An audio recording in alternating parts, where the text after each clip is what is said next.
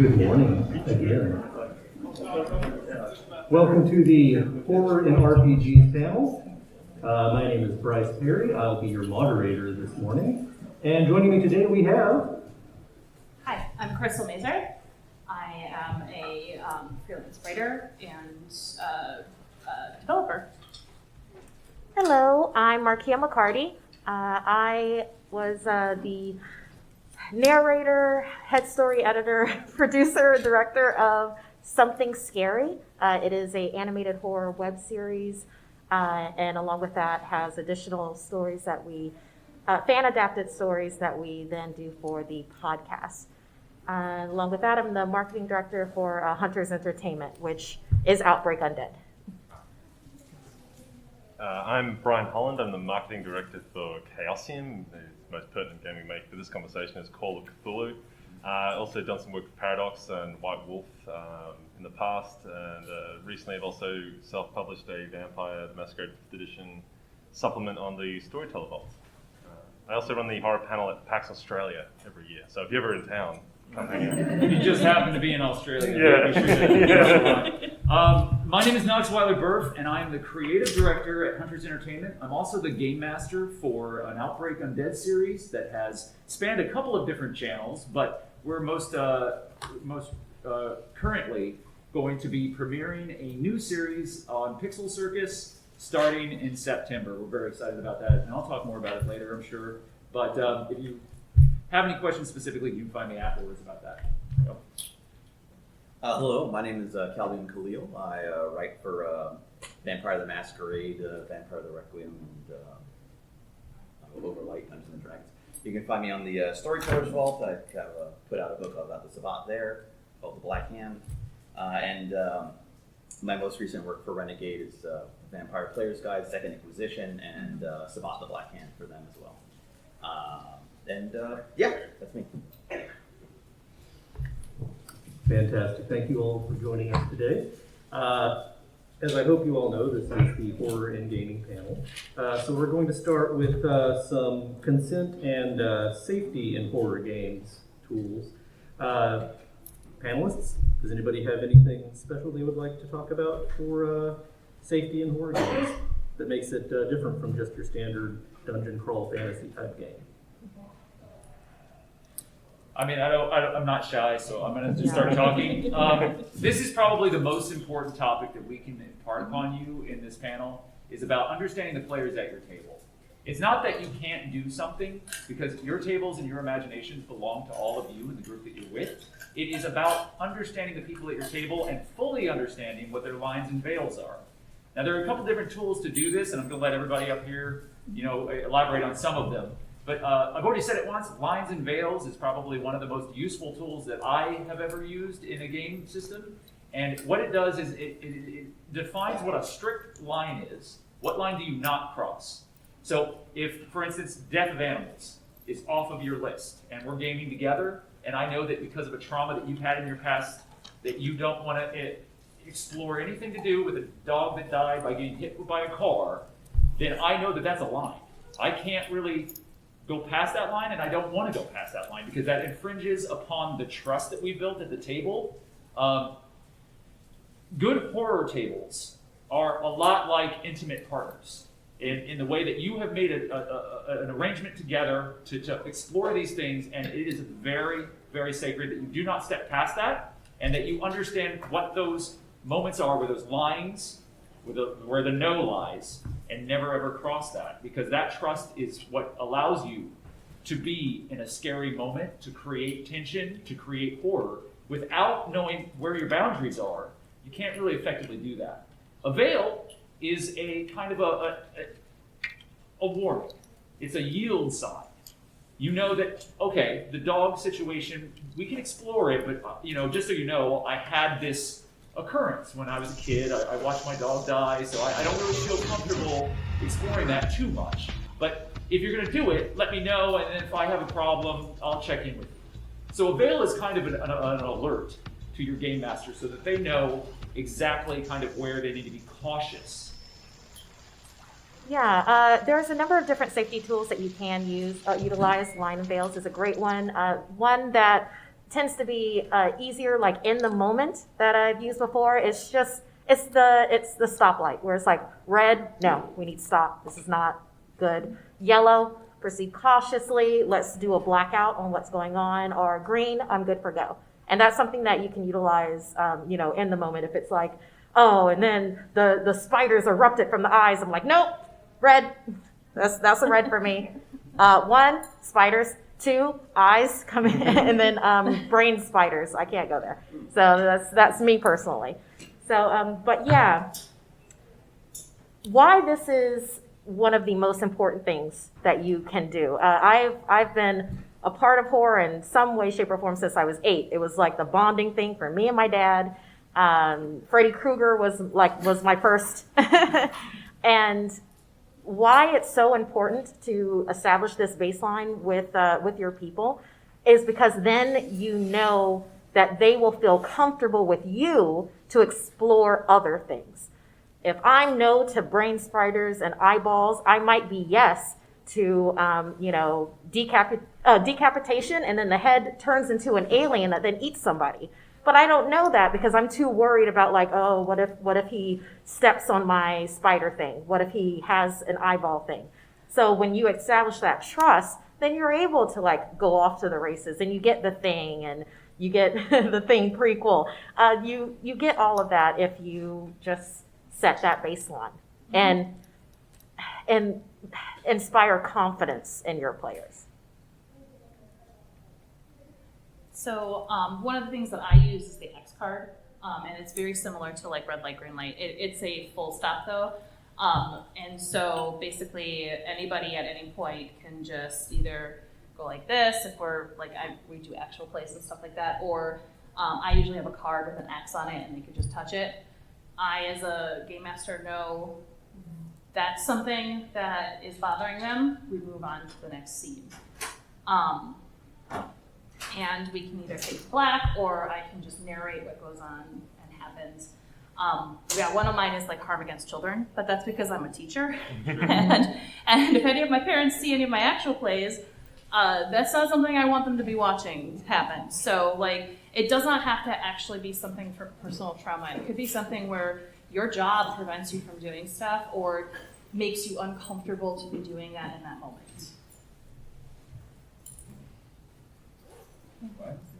I mean, everyone's repeating everything that I do already. I think lines and bails are the most important thing, probably for if you're doing like a long-term home game. One of the things you'll see at cons like this, when there's a lot of pickup games and demos, you don't always have the time to go through everyone's lines and bails, so the X card's pretty good. There is, and forgive me if I'm getting the publisher wrong, but there's a fantastic sheet called the Consent in Gaming Checklist. I believe it was Monte Cook that put that out.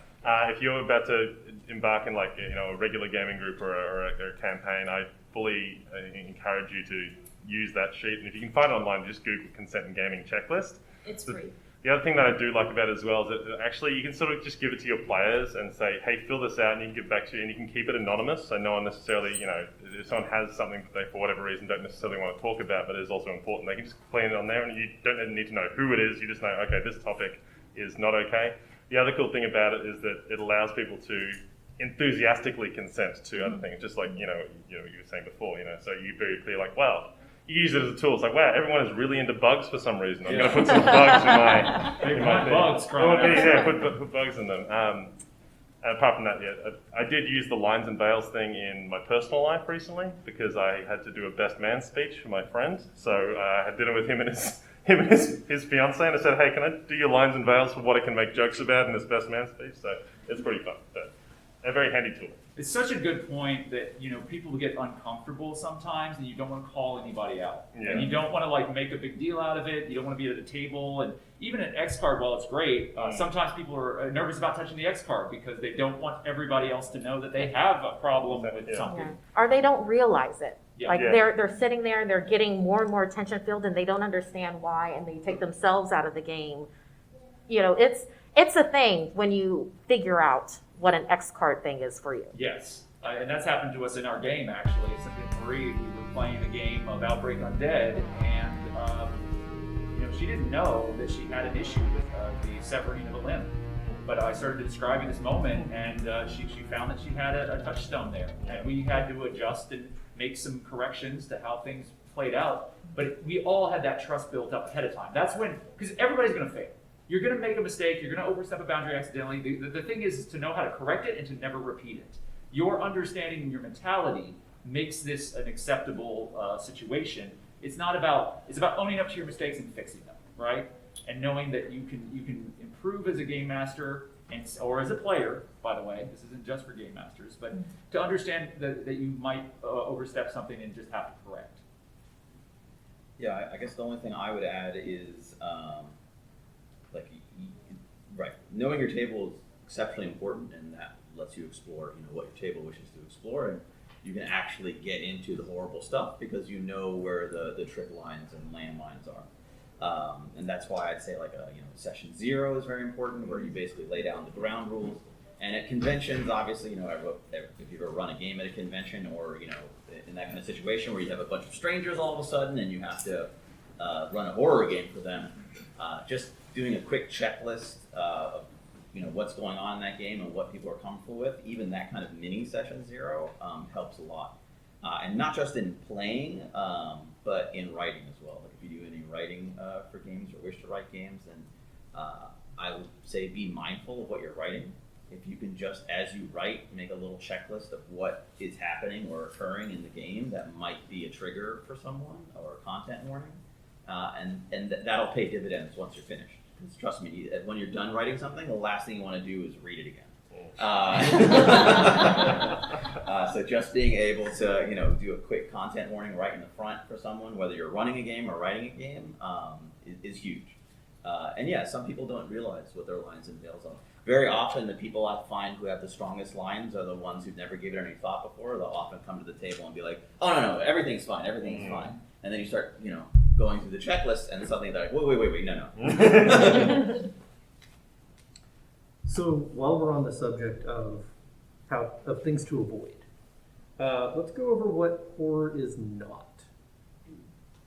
So there's some very cheap and easy things that horror movies and horror games can do that we probably want to avoid in an actual horror game. Can we talk about some of those things?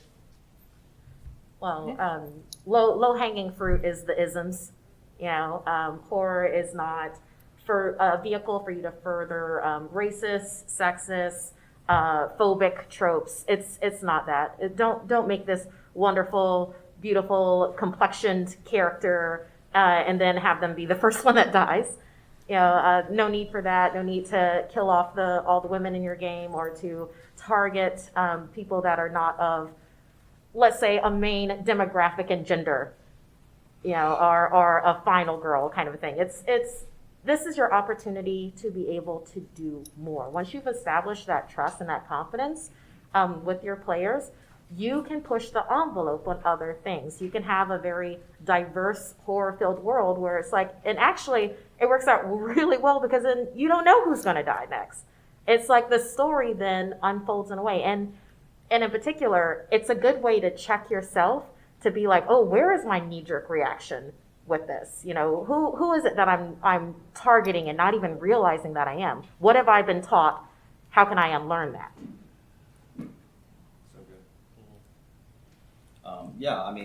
Exactly. And as far as I guess you're right, the cheap thrills, the jump scares of gaming in a sense.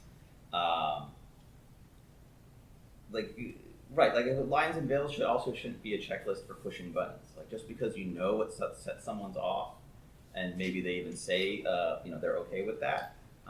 Going into that well just for kind of the easy thrill is not something to do. And I would say that your games say something about you and what you're trying to say to the world. Even if you're not intending to say something to the world with your games, especially as a writer or a creator, let alone as a storyteller running a game, your game says something. So if you are putting things in your game where you're targeting a specific group of people, or kind of just crossing red lines just because you feel like it, that's saying something even if that's not your intent. So think of your games on some level are not just a conversation with your table, but a statement you're I'm going to say something broad and then I'm going to say something specific. I don't think that horror gaming is you versus your players. I think that it's you, even more so than in other role-playing games, you have to think about your role if you're running the game. And also, I think good players do this too, because good players are in their own way good GMs. But if you're a GM and you're running players through a game, I think that it's really important that you think about yourself as a guide. Someone who is showing them through doorways, through hallways, and moving them along and having their safety at the forefront of your mind. Not just that you're trying to scare them and get them. You're not trying to attack your players. Very much what you were saying. The other thing I'm going to say, and this is more specific for me, kind of how I run games, horror is not just describing gore. Horror is a mental state, and it's understanding fear. It's understanding the darkness that lies in all human beings and how we can tap into it through shared storytelling. It's about building tension, about understanding pacing, and about knowing exactly when you're going to be able to create the scariest moment for your players, and building up to it, and then quickly retreating from it so that your players can absorb it. Because if you're just describing gore all the time, you're doing an action movie. It's not really a horror game at that point. Yeah. Not that there's anything wrong with Not that. that there's anything wrong. Specific, Yeah. specific for me. This is, Yeah, I think for me, horror is at its best is when it's used as a vehicle to, arguably Trojan horse in some real themes. So, like, no matter what kind of story you're telling, you're a human being, so you're talking about the human condition, whatever way. So figuring out the kind of story that you want to tell and whatever system you're using with the characters that you know you have and the players that you know you have, and then essentially laying a horror veil on top of that and using horror as a vehicle to explore that, I think is probably the best way to go about it. And that then feed into how you build tension when the horror moments are, as opposed to being like, we're going to do a horror story, so there needs to be a lot of severed limbs or whatever like that.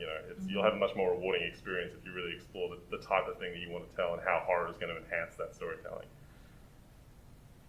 And I feel like horror, specifically for me, is very much a headspace, and where I get immersed into it, and that's that moment where you are very vulnerable to a lot of things, and that's what makes horror so wonderful, is that you can explore that vulnerability in a space that you know is going to be safe for you and safe for the people at that table. And I feel like the things that horror is not are the things that take me out of that vulnerability and that headspace. When I lose that is when horror goes away, and it's no longer horror at that point. It could be suspense or anything like that. It could be a whole bunch of other things, but it's not horror. So trying to learn, on top of all of this other stuff, trying to learn that vulnerability and how to coax that along throughout the story so that everyone stays in those points at the points that they need to be. One thing horror is not, just like thought about it, is not only just happens in America or in Western society. Yeah. Horror is, some of the best horror I've ever seen has been out of Korea, for instance, or China. So, right? Yeah, incredible work is being done, has always been done, with there. So it's like when you're thinking about your next horror campaign or whatnot, it doesn't necessarily have to be Bill and Jane in Main Street, USA. I mean, if it's easier for you to set it there, great. But if you've been watching Korean movies or you've been watching Indian horrors, oh my God, this is next level, then go ahead and explore setting that. Yes, it stretches you, but it also, that's good to stretch yourself. You will make mistakes, obviously, but we're all here to learn. And one of the best ways that I found to get into another culture is through their food. So if you're going to set a horror campaign somewhere else other than Main Street, USA, but you're not familiar with it, start looking around your neighborhood. Go to that small spot. If you want an Ethiopian horror, go to an Ethiopian place and start talking to them. Start exploring that. I mean, horror is not just where you grew up. So now that we've covered what horror isn't, we're going to go ahead and cover what horror should be in your games. What are the themes and mood that you should strive for? How do you maintain those in a single session, and if you're playing a longer form, across a campaign? Well, I think that there are a lot of answers to that, and I think it's a very hard thing to narrow down. I can, again, only speak from my personal experience. I think horror is really, when it all boils down, when you're talking about different themes and topics, the unknown and the darkness of complete, utter nothingness. And knowing how we relate with that as human beings, because we all do. And I think that tapping into kind of our intrinsic, inherited view of what this life means to us and what happens to us, that you can start to unravel all sorts of layers of what fear really is and what horror is. And it comes in every shape and size, but it all, in my mind, leads back to the unknown. For a way to maintain mood, whether it's like a one session or a multi-session, I feel that having other cues that the body can dial into, kind of like a muscle memory, and by that I mean you might have a certain soundtrack that you do to inspire tension, to get into the headspace of we are in this moment together. You can also do that with food. There can be a particular food or layout that you have that's like, okay, we're in a decadent hall, and you don't even know how you wound up here, but here's all this great food. You could have food like, oh, because they're actually like in the scene, they're tasting the scene, and then the horror moment happens of whatever. So there's that. So sound, just the sensory memory in general that you can do, and that will set the tone for yourself for either that one or for the campaign that you have. And I do feel like a lot of times there are like tropes for certain themes that people try to shy away from, but taking those tropes and presenting them in ways that are not necessarily perceptible at first is a good way to kind of use them without actually putting it out in the open. So if you're doing Eldritch Horror, what are some of the tropes that you can find there? And then how can you present those in your campaign or in your story in different ways? Where it's not necessarily upfront for the players at first until they start uncovering more and more, and then all of a sudden it starts being very obvious, and now they're in way too deep to be able to back out. Revelation is so important. Mm-hmm. So while we're on that subject, what's the best way to pace your scenes? So to maintain a level of horror, or to ratchet it up, or to ratchet it down as needed? It probably depends on the type of horror experience that you want. So, like for me and most of the people I play with, I'm a big fan of like a slow burn, like a real low, like slow boil? Slow burn. What am I saying? Yeah, low boil, slow burn. Low boil. Low boil. Yeah. Low boil. Yeah. The slow boil. Everybody hashtag low boil. So you talk about like,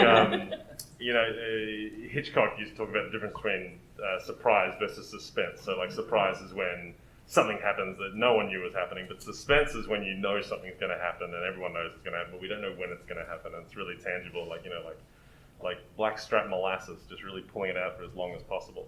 And that's generally what I like to do in my games, is to try and I like to keep things as normal as possible before entry, and just sort of hinting at horror things until you get to sort of this thing at the end where you know things are going to happen. But that's generally, I run a lot of Call of Cthulhu, I run Vampire and stuff like that. That's how I run those games.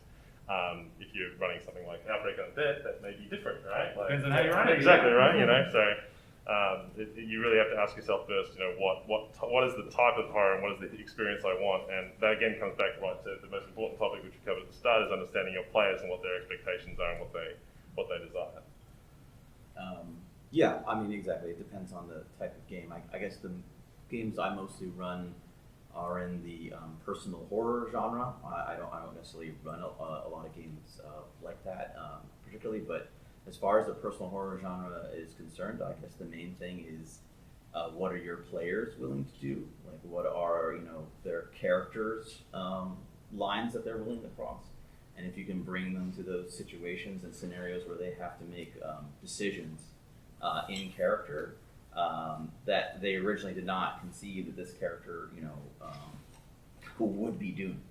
And that's, you know, especially in, you know, Outbreak Undead or, you know, even Vampire, where you're putting them in situations where they have to grapple with something that possibly as, you know, a human, a mortal, somebody not in a post-apocalyptic world, didn't believe that they would ever do, and how exactly they would go about that. Pacing is so crucial to horror, and I think it's kind of why we're talking about it right now. For me, one of the things that I do is what I call breadcrumbs. The best thing that you can do to run a good horror game is to outline everything that you think might happen, but not to try to encapsulate everything, because it depends on how you run games, but I always feel that freedom of choice between what the players want to do and not allowing yourself to fall into the trap of forcing them down a single pathway, because it's easy to do that because you're like, oh, okay, well, the horror jump has to happen here, and I'm playing this out, so this has to happen. It's better to allow your players to define that, but to know what the breadcrumbs are. And by that I mean, what are your keystone moments in horror that are going to slowly build up? And like you were saying, again, it's a build-up. You know, you got to think of arcs. It's actually so much harder to run a game in the horror genre than it is for a fantasy genre or something like that. Well, these same story things are universal and they work no matter how you do it. If you choose to run horror games, you're kind of accepting a very, very difficult task in that it is crucial that the pacing and the arc of what you're trying to do fits the theme and the mood and what your players are looking for, so that you can build the correct amount of tone and tension in the right timing. You know, it's very hard to do. But the best thing that you can do is plan it out, do it as much as you can. Think about your players. Again, this comes back to knowing your players. You know, write out what you think they may do. Like, I know Markeia is going, as a player, going to do this thing maybe, or this thing, and because I'm building the story around these players anyway, around their characters. And so the idea of how we sculpt that moment and know that maybe that's going to happen, but they also may go all the way over here. So how do we plan for what those options might be without specifically building barriers to ourselves? Yes. One of my favorite things to do is outline and then forget the outline. I believe I've torpedoed many a moment for him where he thought that I was going to do a thing, and then I ended up shooting his profit instead of saving my friends. So yeah, I mean, your players are going to do that for you. For pacing, I think setting world tone, because all of these worlds exist in different. I mean, if you're going to do an Outbreak Undead, like Khaldoun, yes. Like Khaldoun was saying, that's different. You're post-apocalyptic. That's the world that you're in, unless you are starting at day zero with Outbreak Undead with it. And it's like, that's going to be completely different than, say, Hunter the Reckoning, where it's like you're starting off, you're completely normal. Your world tone is normal every day here, and then that supernatural moment happens and it changes everything in the rest of your life. So setting that world tone, I feel like the pacing then, once the it moment happens, why is today's campaign, today's game, why is it that day? Why is it the day? I think that once you have that solidified in, that your pacing then naturally comes out of that. Yeah, I also feel like you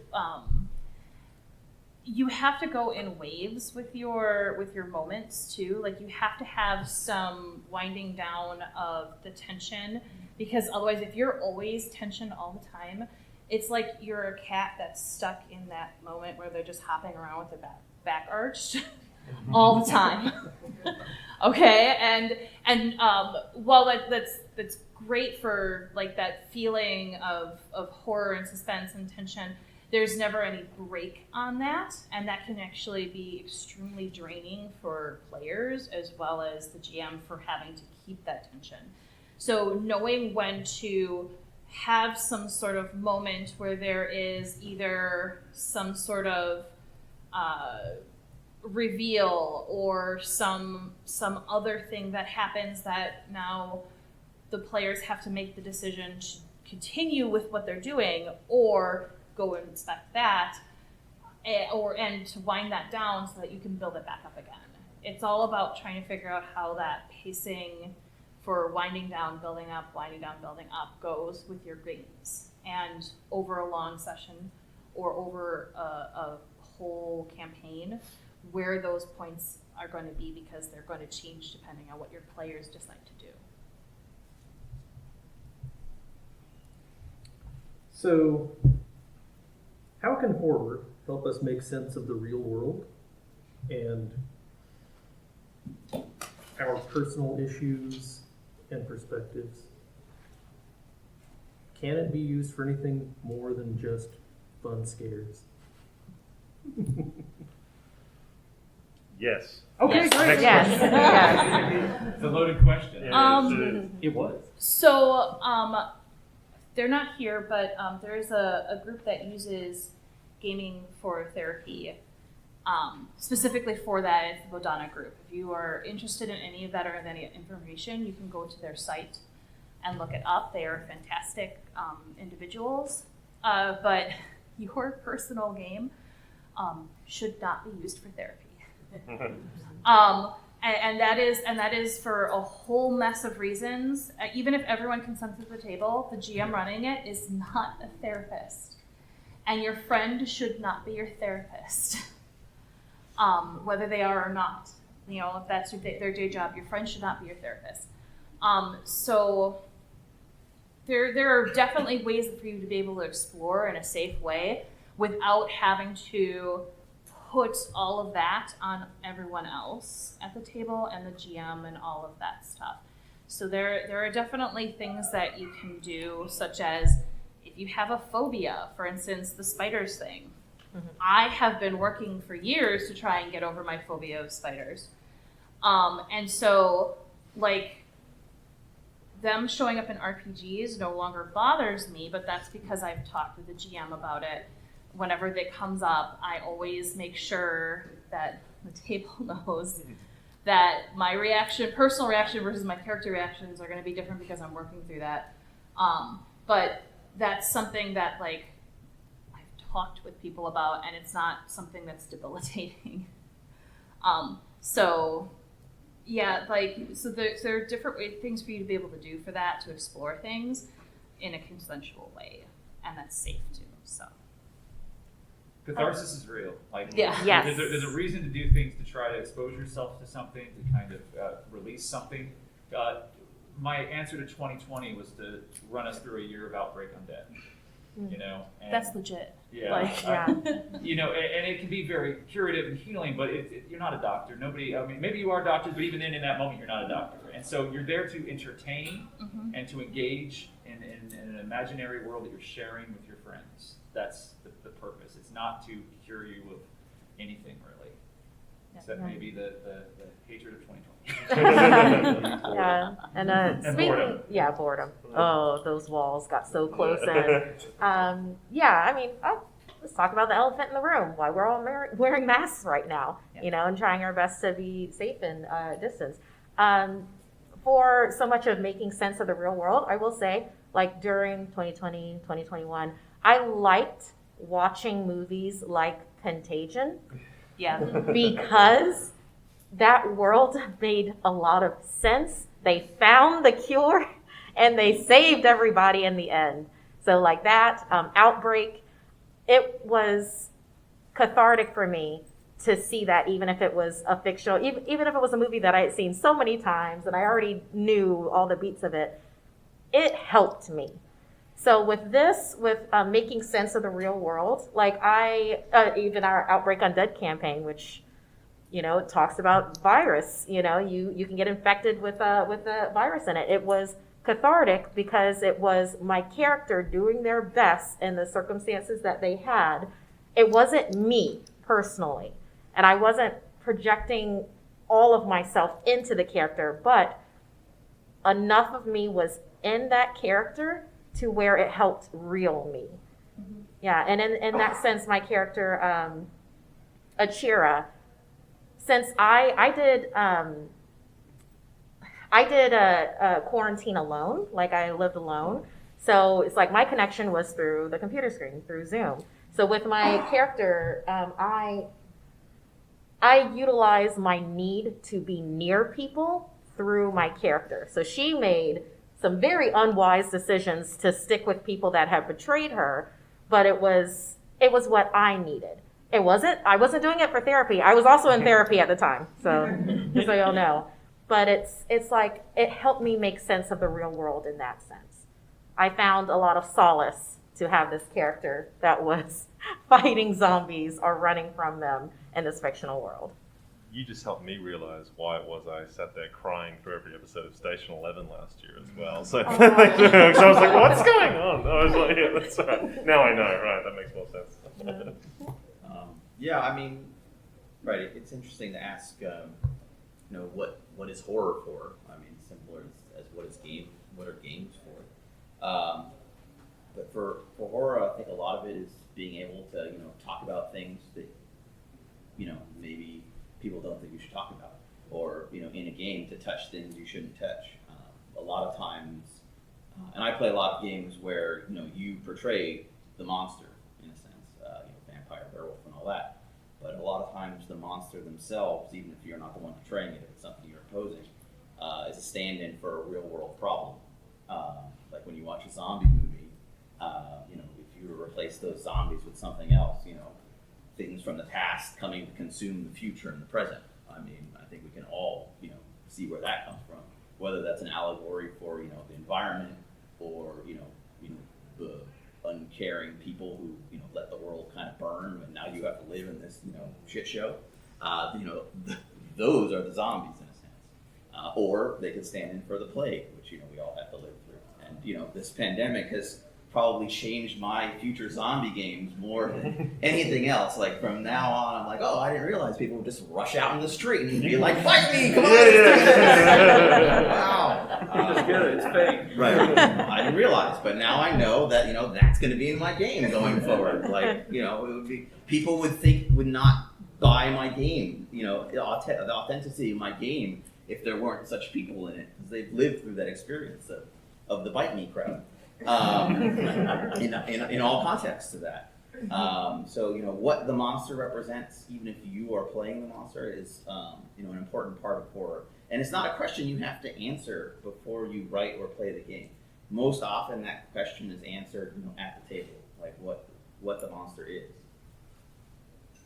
Hashtag bite me crowd. Right. Yeah.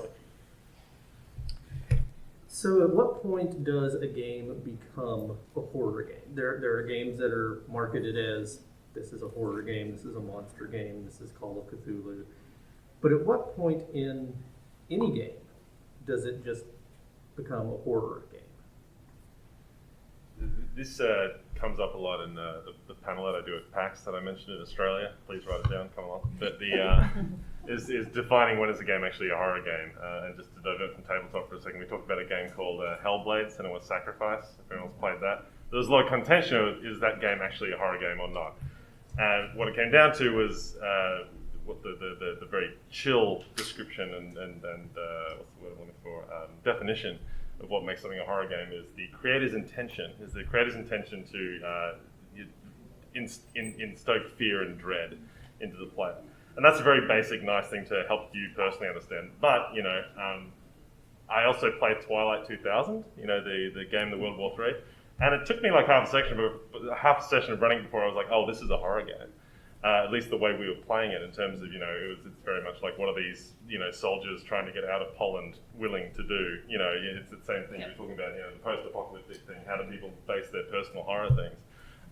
So it really, that really messed with my little definition thing, because I don't think that the lovely folks at Free League were expecting people to make this a horror game and me to get out the consent checklist for this session too.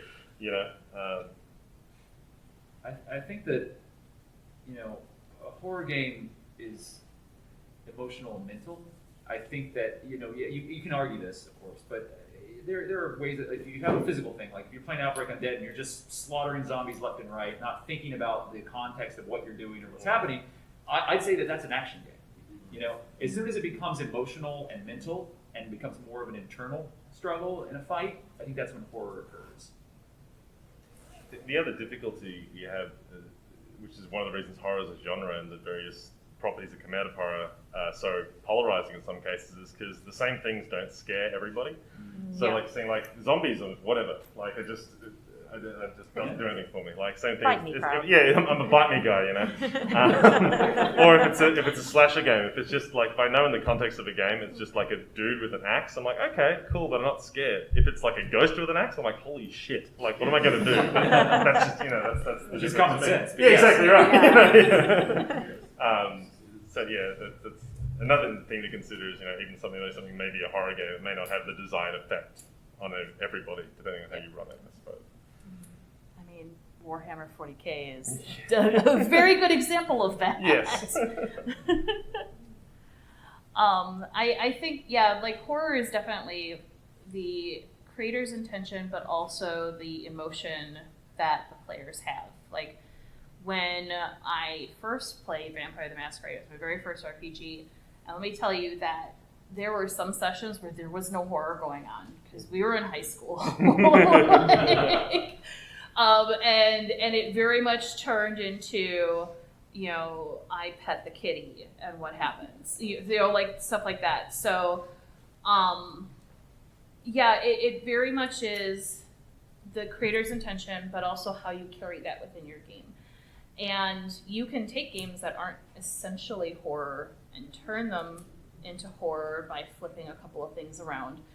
It doesn't work so well for some settings, but you can do it. But the creator's intention is definitely going to drive like how you flip it, because like you can't throw cryptids into something where that would not make any sense for the type of horror, or zombies into something, unless you're trying to do like Pride and Prejudice horror with zombies, in which case then you can make $1 million in a movie. So you have to kind of match the horror with the setting that you're in if you're trying to flip it into something that it's not. So that's also like taking the intention of the creator and amplifying it in certain ways. I have to go because I have a long walk. But I guess to add on to that, and this is my last point here, is I guess for horror, like usually, and yeah, it's different for each table, and you can bring horror elements into things that aren't usually a horror game. Like there's very episode, at least one really great My Little Pony episode, which has a Friendship is Magic, which has horror elements. Actually, it's really that's a very well written show. So I won't compare myself to that level. No, honestly. But I'd say the main thing is for horror games, the stakes are usually different than other games. Your buy-in that's asked of you as a player is often different. Like you're basically asked to, in some sense, put your ego down. To you're not any more important than any other character. Like you could be next. Like if you could be next for real, then chances are it's a horror game. In most games, if the idea that you could be the person with the axe in their head in the next room is just unthinkable, then it's probably not a horror game. But you don't know. I mean, if you get back up, it could be a horror game.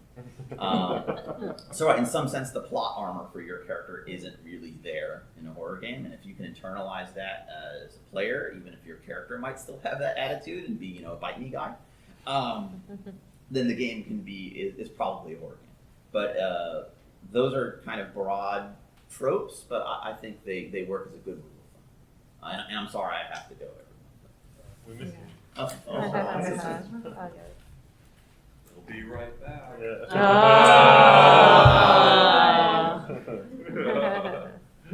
So, while we're on the topic of plot armor, what are some good mechanics in horror games that help enhance the themes? So mad you're going and can't talk about Hunger Dice. I didn't mean that. No, but you can talk about it. I mean, Hunger Dice that's a fantastic mechanic. Yeah. Anything that helps to create suspense, and that anxiety within, like I get it right here where I'm like, oh my God, what's gonna happen? Could you explain what Hunger Dice are for people Yes. who might not know? Oh, yes. So I apologize. So Hunger Dice is a mechanic within 5th edition Vampire, where as you are using your vampiric powers and arousing your blood, you have higher and higher chances of your beast, which is your inner monster, taking over. And so the dice act as both dice for your rolls, but also as antagonists in your rolls as well. So if you roll horribly on those specific dice, the hunger dice, bad things can happen. You can also roll excellent, in which case some good things will happen in a way that you probably weren't expecting. My favorite example being if you're picking a lock and you get a messy critical, means you picked the lock, but you probably like broke the door down. Oh yeah, you Which just kind is- of crunched the yeah, door. yeah. Yes. Yeah. Hunter the Reckoning has a desperation dice. Yeah. That's basically the same concept, but you obviously don't get hungry. Yeah. With it. Yeah. Yeah. You get more and more desperate, and bad things happen when humans get desperate. Absolutely. Anything that is a finite resource. I Yes. think that it's if you know you can create something for your players that's a mechanical resource that they only have so much of, and they know that that's dwindling. That builds that tension as well. Outbreak Undead has a great mechanic that I love. Again, I'm the creative director for that, so you can take it as you want. But in Outbreak, we have what's called risk, and that's a resource for the GM. As the players do things, like if you're firing guns, you're building risk. So the GM is being given fuel to use against you at a later date. And as a player, something might be really risky. Like, oh, I can shoot this zombie in the head and survive really easily, but if I do, the zombies in the other room are going to hear it because of the risk that I give to the GM, and I'm going to pay for that. So anything that's going to build that tension that way and gives you kind of a leverage to tone, I love, and stay with me on this, I love to give my players something cute and fluffy that has plot armor, like let's say a corgi, and then watch them sacrifice themselves over this corgi. That is evil and maniacal. I love it. Give them a mascot, and then send the mascot into danger. So do you not tell the players? That Oh, it has they plot don't armor? know that corgi has plot armor. They have no idea. And to be fair, to build on that, you don't have to make it a corgi. You can make it a beloved NPC or Yeah. something that they connect to Yeah. emotionally, Yeah. and then take it away. Oh, I love that. Yeah. One of the RPGs that I really enjoy has the mechanic for chill, where if you forget something, like if you don't have a flashlight listed on your character sheet, you can flip over a token and you find a flashlight in your pack or whatever the case may be. But as you flip over the token, that gives the GM stuff that they can do with their monster. And so you build up, and you only have it's a finite resource. And you can use it for things like re-rolling or adding dice and stuff like that too. So it's a mechanic built into the system. And it definitely gives that, oh my god, the GM now has all of the tokens and we have nothing. Is that a 2D20 game? It is, no, D10. Okay. It's a D10 game. Is it chili? Is that? Chill, yeah. Chill, yeah, okay. So with Call of It's, Cthulhu... Black Hat. Oh, sorry. Sorry. No, you're okay. With Call of Cthulhu, a lot of people automatically think about the sanity mechanic, which is really about your... it's probably not the best word for it, because it's more about your character's ability to comprehend the incomprehensible, and before their soul breaks in half or whatever. But the actual mechanics that make that more of a horror game are the luck mechanic and the push your roll mechanic. So for those of you who aren't familiar, Call of Cthulhu it's a D100 roll low system. If you fail your roll, the GM, we call them a keeper, you can roll again, but if you do, here's a bad thing that's going to happen.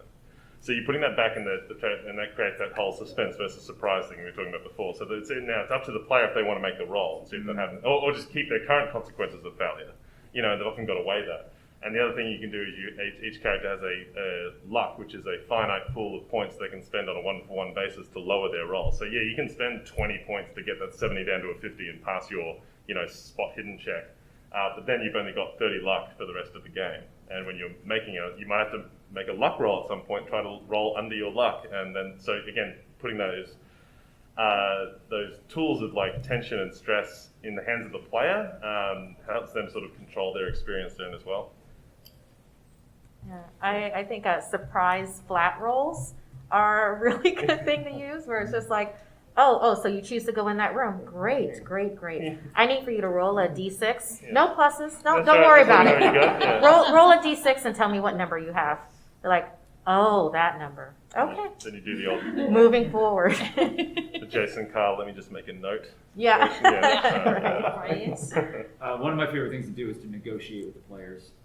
So let them build their own grave. You know, Yeah. it's like, okay, so you don't have any luck points left.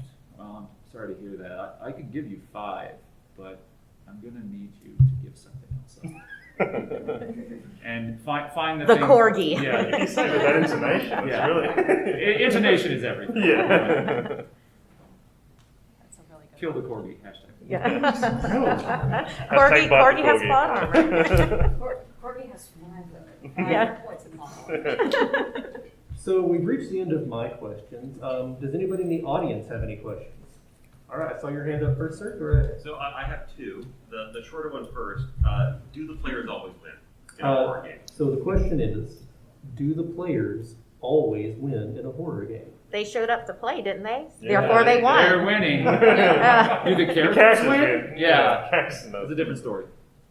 So can you have an ending where everyone dies? You Like played that, Call of in that- Cthulhu before? Yeah, so I'm running the Master Neural Hotel. You are? And about halfway through it. Yeah. And one of my players like, well, the players always win. I was like, do they? I don't know. Like, If you end that campaign with any character who started that campaign, you've done it wrong. Sir. Yeah. Well, it goes back to rule 1. Like, you have to know your players. If Yep. they're expecting that, then that's what should happen. But make them work for it. You Yeah. know, make them really doubt that that's going to happen. Otherwise, you don't have horror. Yeah, don't let them know that you're not going to kill them. Yeah, just Yeah. I'm in this game, I'm in my 3rd character. okay. You ignore us. Yeah. he's ahead of the curve. Yeah. The second question, and this is maybe a bit of a spoiler, so they meet Neural Hotel in this game. Spoiler. I didn't know that. Oh, you and I did that scene, but I had these grand ideas of cosmic horror, and it just never really happened. Like when I did the scene, it just like, oh, that wasn't nearly as horrific and mind blowing as I thought it was going to be. Like what? It's what- different. It's difficult to describe the indescribable, as we run into here. I don't know. That's So I don't describe the undescribable. Yeah, that's What I okay. do is I describe the environment around it. So find the horror in that moment. The door opens. There's darkness beyond it. The back of your neck begins to raise at goose pimples as you feel the cold breeze around you. Your mind immediately goes to your dead sister. You feel eyes upon you. You know, the idea of things around the environment, not necessarily there's a tentacle beast behind you, and then they get into D&D mode, they grab their sword, and they're ready to fight. Yeah, giving them the choice to interact with that horror, like presenting it in a very vague way, and then are you going to interact with it or are you going to move on? Like that adds to a lot of that suspense in horror. I think you had a question. How would you advise on like dealing with like in this world of like what we do in the shadows, like keeping the tone from veering into comedy? How would you run a comedic horror game without making it entirely comedic? I think is the question. Is that? Or just how to avoid that, like people come in and their first reaction to horror is just to try and make it a joke. I'm sorry, I misunderstood the question. I will restate it. How would you run a horror game with new players who try to make everything into a joke? How would you keep the game from becoming a series of jokes? How would you maintain the themes? And My first thought is if the players want to have a bunch of comedy horror, it's not up to you to change that. You know, that would be going back to the lines and veils conversation, I suppose, right? If you want to run a game that's not like that, then I don't know, maybe you want different players. I'm not sure. I think That's the answer. Yeah. Yeah. I think that's a session 0 conversation. Yeah. Where you're going to go over the themes of what's going to happen, and you have that discussion of what type of horror do you want, because there are different genres of horror, and there is comedic horror, and it can be a lot of fun to play through that, and it can still be horror. But if that's not what you want to run, then you have to have that conversation of, is this the right group of players for me? and yeah, making a decision from there. I think. Oh, go ahead, please. Yeah, a lot can be done with world tone. A lot can be done with that. Like, how are you setting things up for your game? Is it just like in a convention hall, like in a corner, or is it something like it's in your home and you set mood? You know, you have specific lighting that goes with it. I'm making it sound like a seduction. It is. That's in a way bad it is. analogy. So then, is everybody on board with what's about to happen? Well, it goes back to Okay, consent. it's all horror. Yeah. I'm all talking about horror and consent with it. So it's like, then you know, are these players going to allow themselves to drop that defensive armor, that defensive, oh, I'm going to make a joke and watch everybody laugh, and now I feel better inside because they laughed at what I said. You know, are they going to then have that vulnerability? And it's literally just being on the same page with, you know, everyone. Don't punish comedy in horror So though. important.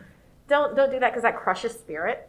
And then it's just like, let them have their comedic moments. There has been many times where I've been playing with Nox, and I will say something in character just to look him in the eye and see him kind of break. But he's also like, we're on camera right now. I'm not going to give you this. I agree with you, obviously, but to drill kind of into it, I think I know the intention of your question, which is like, is that wrong? And it's not. Like, comedy shouldn't be avoided. You can, it's a defensive mechanism. Yeah. And people are making jokes because you've started to make them uncomfortable, perhaps. And so you need to work past that.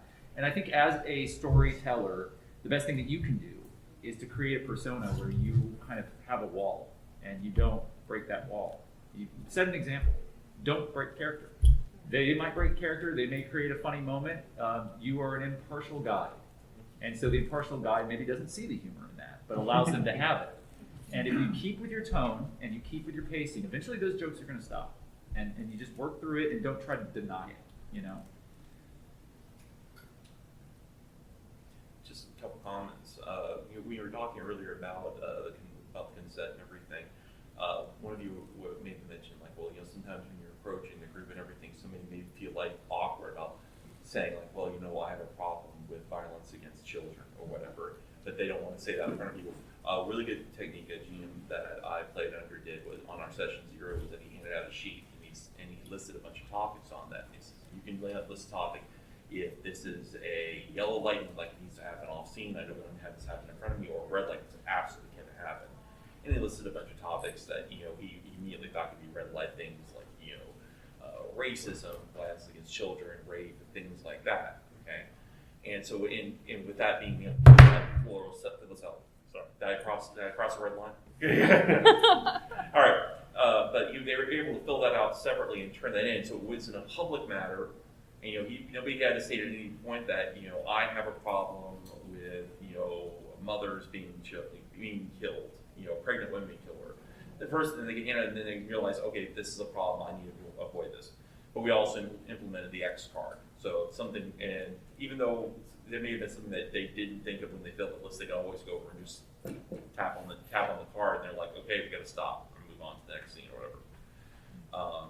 Yeah, you can totally use multiple methods. Sounds like a really good Yep. integration. Yeah. Oh, there's and, there was the only thing I also said was that, you know, the topics for horror, you know, you mentioned something like, well, you know, well, you can't believe you shouldn't do this topic in horror. And I think the topics really depend on the group. You know, would I, you know, you may have a story in mind, like saying, okay, great, I've got this, like, you know, Ghost Hunter storyline, World of Darkness using the new Ghost Hunter setting, and I'm gonna have the Ghost Hunters go to this old plantation where they're seeing a ghost, and they're going, so it's going to involve elements of ghosts from like the ages of slavery. You're going to have racism perhaps being an issue in the area.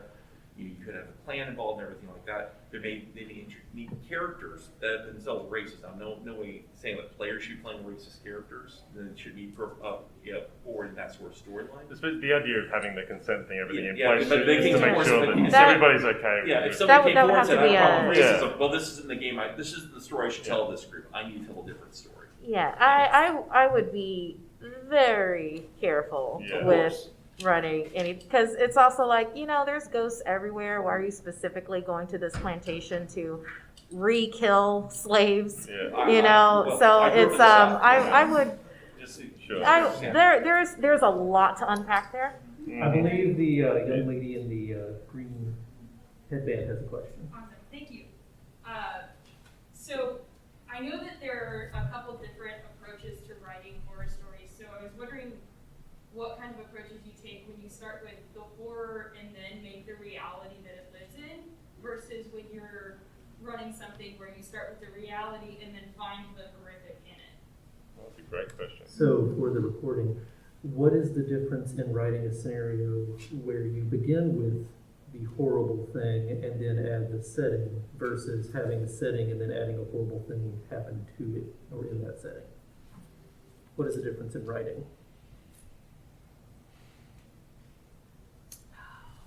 That's a writing process thing. Yeah. Great question. That is a fantastic question.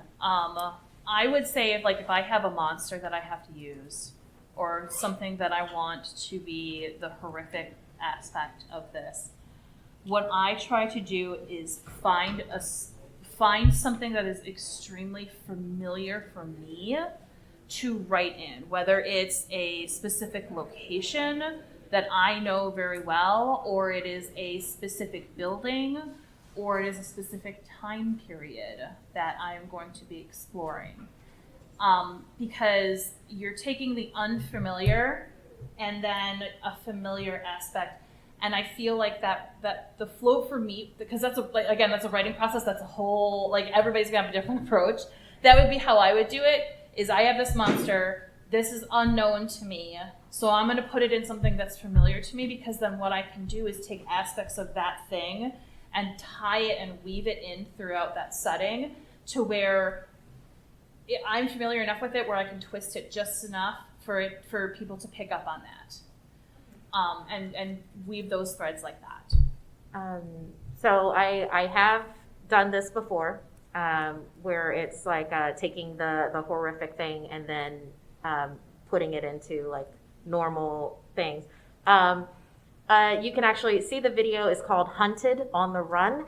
It's on youtube.com/snarled. It's something scary.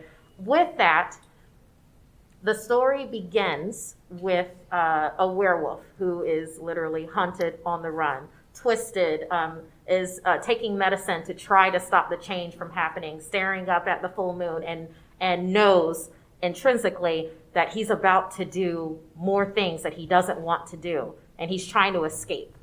So it's that's how it begins. And then moving forward, you have a monster hunter. You don't know it's a monster hunter at the time. I'm giving away the story. Who is coming as tickets. Yeah. And then there's this whole tension-filled exchange. Somebody else comes in, and it turns out that she's a vampire, but you don't know that at the time.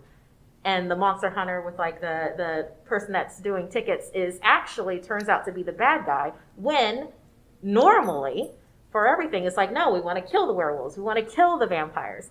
But because we spent the time in the first half of the story humanizing this horrible angst of not wanting to kill, but being in a position where killing just feels natural when the transformation happens and you cannot fight your nature. To set that up, then it's oh wait, are the humans the monsters? Maybe we should just let them be. Yeah, so spoilers about Hashtag humans are bad. Sorry, I have to run because I've got a stream to go on. But I encourage everyone to stick around because we've got some giveaways that from us at Chaosium here that we've got your tickets to be drawing on. I've got to go. It's lovely meeting you. It was lovely meeting you. I'll Yeah. see you Well, again. come say hi. The question is so good, but listening to everybody answer it, I think it occurs to me, that there's not a separation. That you need the familiar for that payoff, for that horror, and then to split the two up, depending on what those definitions are of what you're trying to achieve, to split those up at the core of what you're trying to do would be, I think, a mistake. I think you need the familiar to really pay off those moments, but when I write horror, and this is me specifically, I always look to what might be the end. Now, I say might be because, again, there are often times that something might veer off in a different direction, but generally I know what the horror is. What is the thing at the core of this? And then if you work in the center, you start to work backwards, knowing that the terror that the players are going to unravel has a specific payoff that might happen, but you know where that at least exists, and then you write around it. All right, we have time for 2 more questions. I saw your hand up first. Go right ahead. Yeah, I would just love to hear what is each of y'all's favorite or memorable horror experience in a game that you were either in or a game that you ran. What is your favorite moment in a horror game that you participated in? There's so many. There's so many. One of my favorites is I did an actual play for Bluebeard's Bride, and that is you can find that on YouTube. But I feel like that whole setup is just it's beautiful horror is what it is, because it explores feminist horror and in a way that is you rely on your sisters within the story to be able to get through it. And there was a moment in that game where we had to explore all of these dresses and like having to pull threads from these dresses and fabric from them and finding out that they're like bits and pieces of memories of all of the sisters and stuff like that. It was just really, really beautiful. If you have not seen Bluebeard's Bride or played it, you need to. Like it is so gorgeously done. So. It's such a hard question. But if you run a lot of horror, everything's unique. It's hard to pick between your children, I guess. But I will say that one of my favorite moments in a horror game had nothing to do with me at all. It was about the setup and then watching the players take it and create the horror themselves. I love that. And I think that when you can do that as a storyteller, you've really hit a home run, because they're in your world, they've accepted it, and they've done it. I'm actually talking about Markeia and Luis Carrazzo. The two of them were together, and I'm not going to spoil the whole thing because I want you to watch it. It's on YouTube, huntersentertainment.com. So, but the two of them, we spent this very long period of time, a full year, really, watching these two people build this very complex relationship. And I'm not going to say how, but the relationship resolves in the most heart-wrenching way. And the way that they enacted and embodied it, accepted the world and accepted the premise of the world and the horror at the core that I was talking about. And they worked it in flawlessly. It gives me goosebumps just thinking about it. Yeah. That was going to be my favorite moment, but you already just got it. You let me speak. Yeah. So instead, I get to say one of my other favorite moments. I was part of a 10-month, 10 Candles campaign with Hyper RPG. This was pre-Kolak. It was when Zach was figuring out what his Kolak, magnum opus would be. And so we spent 10 months, 10 Candles, being different characters, because everybody dies. Everybody dies in 10 Candles. That is you do not survive that. So how do you live? So how do you live up to that point? I took a volume of it while Zach and Malika were in their honeymoon, and I did the afflicted, the affection, the affection. And with that, I had this world where, due to lax EPA standards, cockroaches actually carry this disease that then affects the world. And that is a type of zombieism that comes out of it, along with a hive mind mentality. And depending on the stage that you're at, depends on how your body moves and what happens with it. But I did make this curable up to a certain point, if you even realize that you had it past that point. My favorite moment in this this campaign that I did is I gave them a corgi.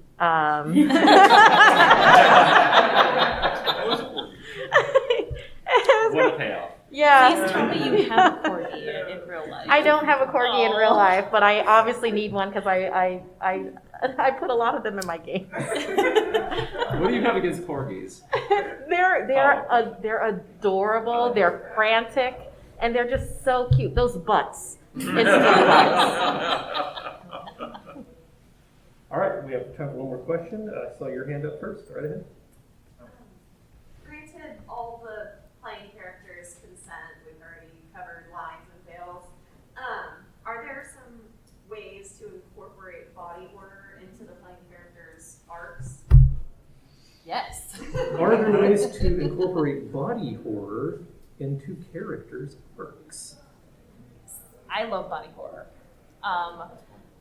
So it's one of the things that I loved writing for Vampire was body horror. And actually in one of the giveaways, Kids Guide to Monster Hunting, I have consensual body horror for kids in here. So yes, I'll talk about this at the end a little bit.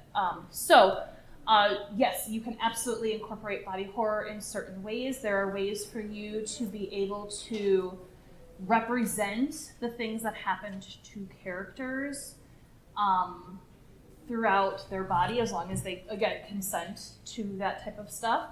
And you can get very creative with things. You can do tattoos, you can do things with skin twisting.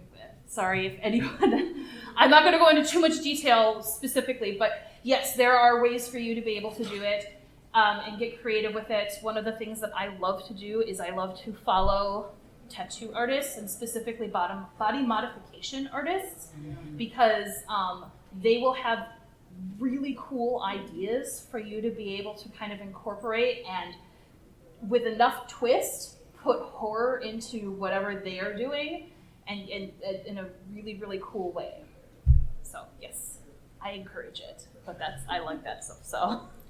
I like infecting them with something and then showing them a final version of what they will become. Because if you that bookend, what's the popular game by Naughty Dog? They're infected with cordyceps. What is that? It has Last of Us. Thank you. So like with Last of Us, like you're going through the game, you're trying not to get infected, trying not to get bit, but you run into all of these monsters at different stages, and it's more and more horrific when you see. So I love to give them like, hey, oh, you just got bit, that's so bad. Oh, we can do something about it. Oh, look, this will be the final version of you. This will be you, unless you do something to stop that. And then plus, in their mind, they have the worst case scenario. So as you are progressing their body and having things slaw off or grow or something like that, in their head, they've seen what that final thing is. So in a way, there's an acceptance of, if I don't stop it, that's what I'm going to become. So then they can just enjoy the journey of becoming that monster. So true. I've got two, yes, the answer is yes, enthusiastically, but I've got two suggestions and a warning with that. So when you're describing body horror, I find that it's best to just understand that it's not just visual, and to find the sensations that accompany it. And then also, once you have that, what the symptoms of whatever the body horror issue is. When you have that and you understand that, and you can describe that to your players in ways that they're not necessarily visually seeing, because eventually that might be a part of it. There will be something that's twisting and changing, but it's better if you build it up slowly and know your pacing, know your final form. It goes back to everything we've already talked about, which is kind of knowing what your end game is with something. But the real warning, I think, comes from not only consent, but also very clear and careful observation. Because again, you're dealing with things that oftentimes nobody I wouldn't think that would bother them. But when you start describing teeth falling out and things breaking inside of your body, it tends to trigger people pretty quickly. So be very, very cautious. But yes, do it a lot. All right, well that concludes the panel. We do have some giveaways, so stick around for that. Let's give everybody on the panel a round of applause.